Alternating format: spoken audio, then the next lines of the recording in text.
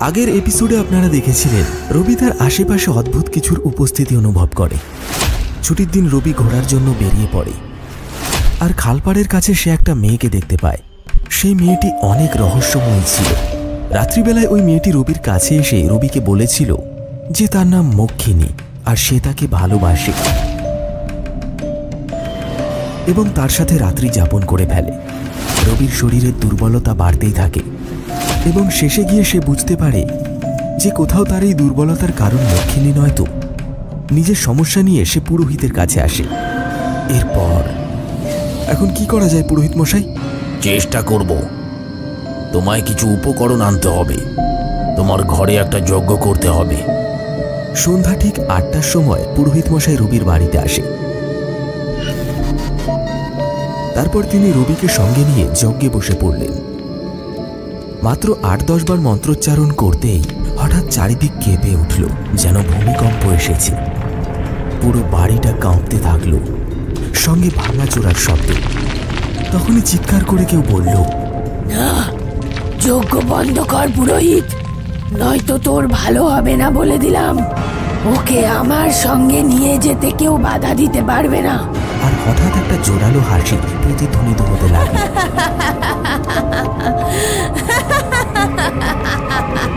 সেই ভয়ঙ্কর আওয়াজ শুনে ওরা দুজনে ভীষণভাবে ভয় পেল। তখনই যজ্ঞের বেদি থেকে একটা আগুনের কুণ্ডলী বেরিয়ে এলো, যেন সেখানে ঘূর্ণিঝড় উঠেছে।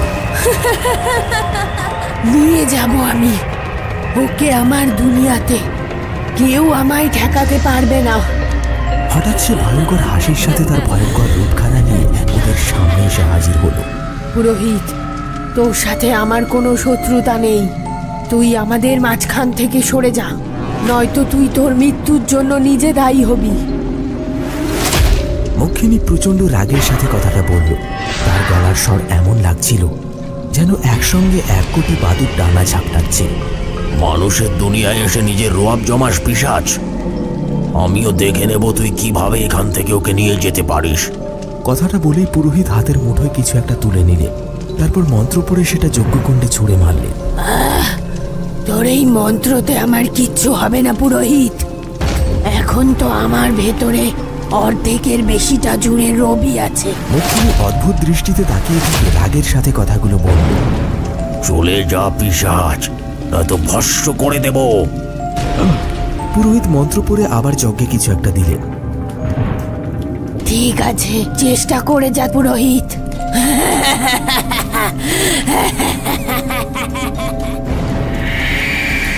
মক্ষিণী এক লাফে ছাদে উঠে গিয়ে একটা টিকটিকির মতন চিপকে গেল।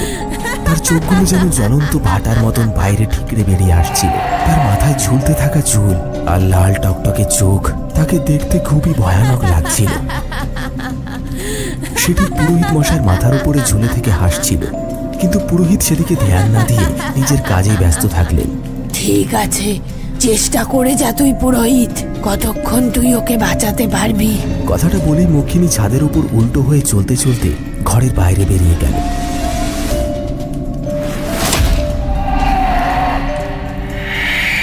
যজ্ঞের পরে পুরোহিত মশাই রবির গলায় একটা কালো সুতো বেঁধে দিলেন। তারপর বললেন, কিছুদিনের জন্য এখান থেকে চলে যাও, আর যে যাই বলুক না কেন এই কালো সুতোটা খুলবে না।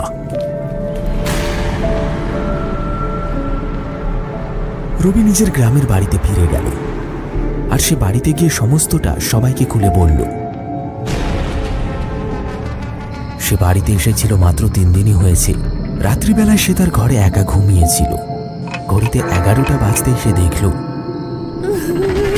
জানালার উপর বসে মক্ষিণী কান্না করছে। কে কে ওখানে? আমি, তোমার ভালোবাসা, তোমার মক্ষিণী, যাকে তুমি ধোঁকা দিয়ে এখানে চলে এসেছো। তাহলে আমার কাছে এসো মক্ষিণী। তুমি তো আমাদের মাঝখানে এই তন্ত্র মন্ত্রের দেওয়াল তুলে রেখেছো, কি করে আসবো? কিন্তু তুমি তো আমায় মেরে ফেলছিলে, তুমি আমায় ভালোবাসো না। এই খারাপ পৃথিবী তো এটাই বলবে, যখন দুজন আলাদা গোত্রের প্রেমিককে দুনিয়া সহ্য করতে পারে না, তখন তাদেরকে অপরাধী বানিয়ে মেরে ফেলে। এতে আমাদের কি? ওরা আমাদের দেখে জ্বলে, তোমাকে ভুল বুঝিয়ে আমাদেরকে দূরে রাখার জন্য এই তন্ত্রের বাঁধন করেছে। রবি, খুলে ফেলে দাও এই বন্ধন। তুমিও এই সব মানুষের কথায় সায় দিলে রবি? আরে ওরা আমাদের ভালোবাসা দেখে হিংসায় জ্বলে। ওরা চায় না যে আমাদের ভালোবাসা সফল হোক। ছিঁড়ে ফেলো এই তাবিজ রবি। আমাকে আজ তোমার হতে দাও। আমি একদম অসম্পূর্ণ। তোমাকে ছাড়া আমি থাকতে পারছি না। দুঃখে কষ্টে আমি জ্বলে পুড়ে যাচ্ছি। বলে সে কান্না করতে লাগলো। রবি কিছুক্ষণ ভাবলো, তারপর আস্তে আস্তে বলল, তাহলে আমার এই শারীরিক দুর্বলতা? আমি সব ঠিক করে দেব। একবার এই তাবিজ খুলে পরীক্ষা করে দেখো। যদি আমার কথা বিশ্বাস না হয় তবে আবার পড়ে নেবে।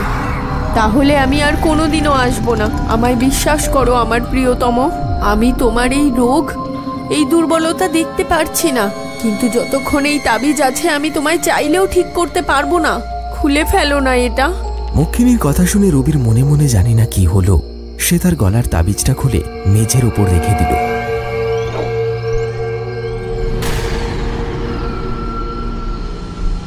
তারপর দু হাত ছড়িয়ে দাঁড়ালো। মক্ষিণী হাসতে হাসতে রবিকে জড়িয়ে ধরল। আর তারপরেই সে তার নিজের শরীরে একটা অন্যরকম শক্তি অনুভব করলো। তার শরীরের ভেতর যেন শক্তি বাড়তে লাগলো। এখন কেমন লাগছে আমার প্রিয়তম? এখন তো আমি একদম ঠিক আছি, আর পুরো দুর্বলতাটাও চলে গেছে। আমি তো সব সময় তোমাকে খুশিতেই দেখতে চাই, কিন্তু এই পৃথিবীর মানুষ। সেদিন যেন রবি একটু বেশি আনন্দে এবং খুশিতে ছিল। তার সাথেই রবির চোখ ধীরে ধীরে বন্ধ হতে লাগলো। সে নিস্তেজ হয়ে পড়ে ঘুমিয়ে পড়ল। আর মক্ষিণী একটা শয়তানি হাসির সাথে উধাও হয়ে গেল।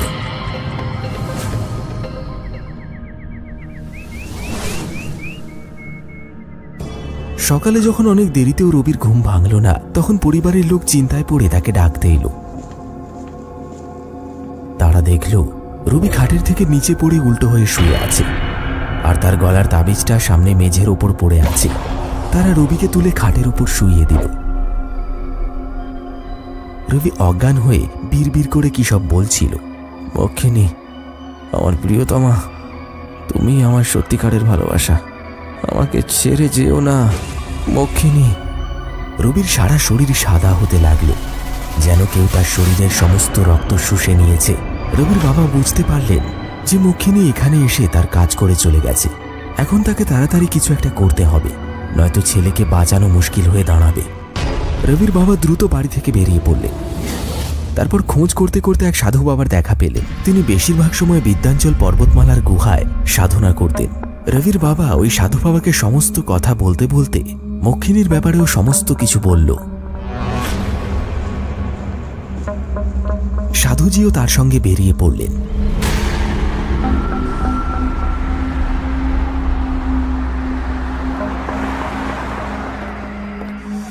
তারপর রবিকে দেখেই বললেন, এই ছেলেটির আর বেশি সময় নেই,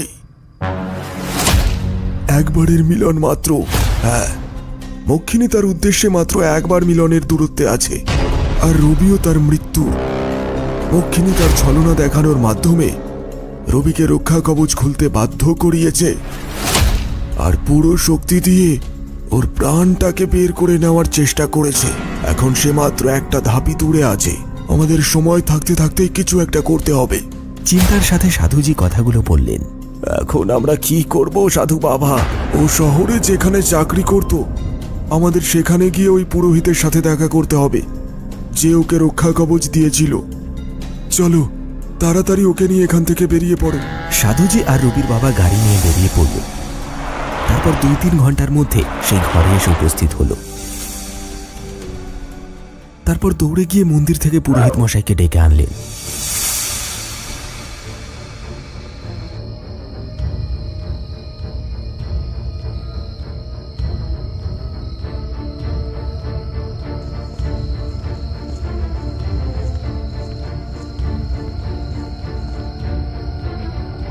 সমস্ত ঘটনা শোনার পর পুরোহিত মশাই বললেন, এটা তো খুব খারাপ হয়েছে। ওকে আমি তাবিজটা খুলতে অনেক বারণ করেছিলাম।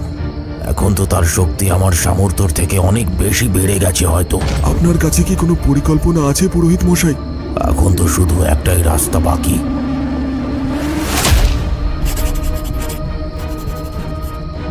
উপকরণগুলো নিয়ে এসো তাড়াতাড়ি।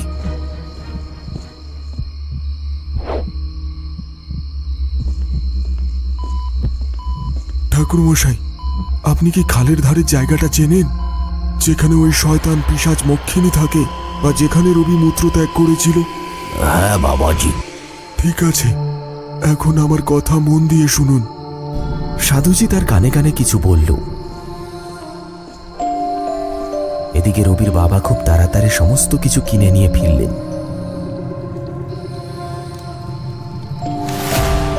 সাধুজি আটা আর ডালের গুঁড়ো দিয়ে একটা পুতুল তৈরি করলেন। তারপর মন্ত্রোচ্চারণ করতে লাগলেন। পুরোহিত মশাইও মন্ত্র পাঠের সাথে আহুতি দিতে লাগলেন। প্রায় 2-3 ঘন্টা যজ্ঞ করার পর সাধুজি রবিকে পুতুলের মাথায় সিঁদুর দিতে বললেন। তাহলে প্রাণ প্রতিষ্ঠা করা হয়ে গেল। এখন আমাদের নিয়ম কানুন মেনে এই পুতুলটার সৎকার করতে হবে, আর এভাবেই মক্ষিণী তার নিজের দুনিয়ায় ফিরে যেতে পারবে। কথাটা বলেই পুতুলটাকে একটা কফিনে জড়িয়ে খালের পাড়ে নিয়ে এলেন, যেখানে একটা চিতা আগে থেকেই তৈরি করা ছিল, যেটা সাধুজির কথায় পুরোহিত মশাই কিছু লোক পাঠিয়ে তৈরি করিয়ে নিয়েছিলেন। পুতুলটাকে চিতার ওপরে রাখো, সাধুজি আদেশ করলেন। তারপর কিছু মন্ত্র পড়তে লাগলেন। পুতুলটা চিতার ওপর রাখতেই চারিদিকে ঝড় শুরু হলো।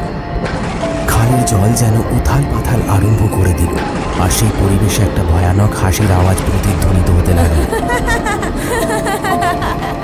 পস্তাবি তোরা সবাই, কেউ বাঁচবে না এখানে।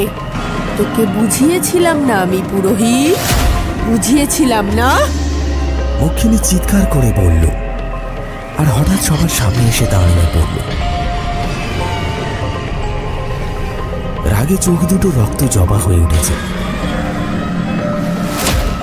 কিন্তু আমরা তো তোমাকে পৃথিবী থেকে মুক্তি দিতে চাইছি। চুপ! মক্ষিণী হাসি থামিয়ে ক্রোধের বশে চিৎকার করে বলল, আমি কি তোদেরকে বলেছি আমাকে মুক্তি দে? তাহলে তুই এই ছেলেটিকে কেন ধরেছিস? ওকে কেন মারতে চাইছিস বল? সাধুজিও চিৎকার করে বললেন, ভালোবাসি আমি ওকে, আর সেও আমায় চায়। তোরা সবাই তো আমাদের মাঝখানে হয়ে আসছিস। মক্ষিণী শান্ত হয়ে গম্ভীরভাবে বলল, আরে ভালোবাসার মানুষ কি কখনো কারোর প্রাণ নিতে পারে?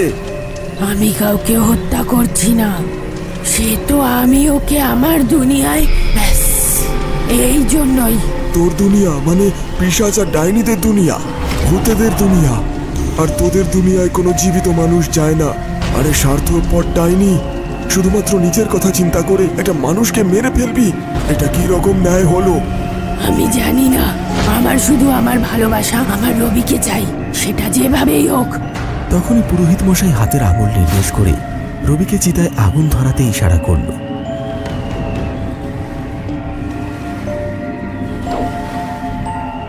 রবি যেই আগুন নিয়ে সামনের দিকে এগিয়ে গেল, মক্ষিণী চিৎকার করে বলল, দাঁড়াও রবি, ওদের কথায় কান দিও না তুমি। ওরা সবাই মিলে আমাদেরকে আলাদা করার জন্য ষড়যন্ত্র করছে। ভেবে দেখো রবি, আমি তোমার সাথে কখনো দেখা করতে পারবো না আর। মনে করো আমাদের সেই ভালোবাসা, আমাদের সেই মিলন। মক্ষিণী কথাগুলো বলতেই রবির পা যেন আটকে গেল মাটিতে। তখন মক্ষিণী আবার জোরে জোরে হাসতে আরম্ভ করলো। ওদের সামনে লাল চোখ আর ভয়ঙ্কর চেহারা নিয়ে এগিয়ে এলো। মরবি তোরা সবাই! প্রচন্ড রেগে গিয়ে মক্ষিণী বলল। তখনই খালের খানিকটা জল ছিটকে এসে রবির গায়ে লাগলো। রবি আবার সজ্ঞানে ফিরে এলো, আর সে এগিয়ে গিয়ে চিতাতে আগুন ধরিয়ে দিল। মক্ষিণী ছটফট করতে লাগলো।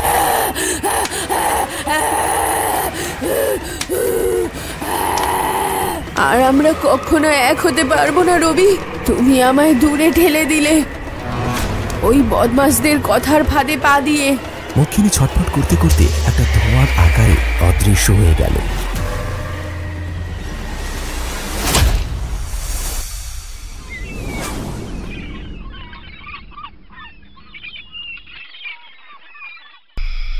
আজও রবি সেই ঘটনার কথা মনে করে চমকে ওঠে।